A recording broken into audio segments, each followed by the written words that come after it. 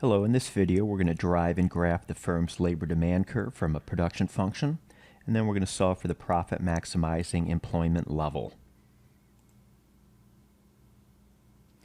A perfectly competitive firm sells its product at a price equal to $4 per unit and has a production function given by the following.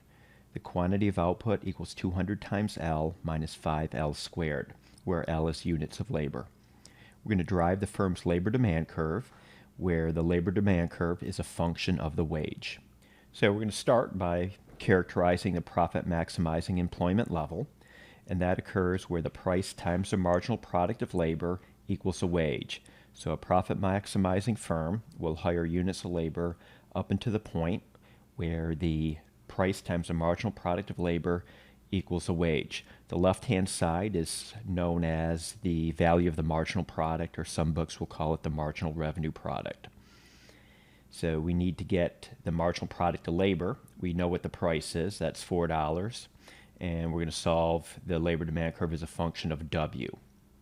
So we're not going to plug anything in for W. So let's get the marginal product of labor. The marginal product of labor is the derivative of the production function with respect to L. So the derivative of 200L is 200, and then the derivative of minus 5L squared is going to be minus 10L. The 2 comes down in front, so 2 times 5 is 10. And then we subtract 1 from the exponent, just leaving us with L. And so now, putting together our profit maximizing condition, the price is $4. That's being all multiplied through by the marginal product of labor, the 200 minus 10L that we just found, and we're setting that equal to the wage. Simplifying the left-hand side, 4 times 200, and then 4 multiplied by negative 10. We get these results. And then solving for L, moving some things around, and dividing through by 40. This is our labor demand equation. Here, labor is a function of wage. Notice that as W increases, the left-hand side, the quantity of labor demanded, becomes smaller. So now let's graph the labor demand curve by first solving the labor demand curve in terms of the wage. So it might be easier to graph the labor demand curve when we have W on the left-hand side. So solving for the wage, we have this equation here. And now plugging in various values for L. If L is 0, W is 800. If L is 5, W is 600, and so on.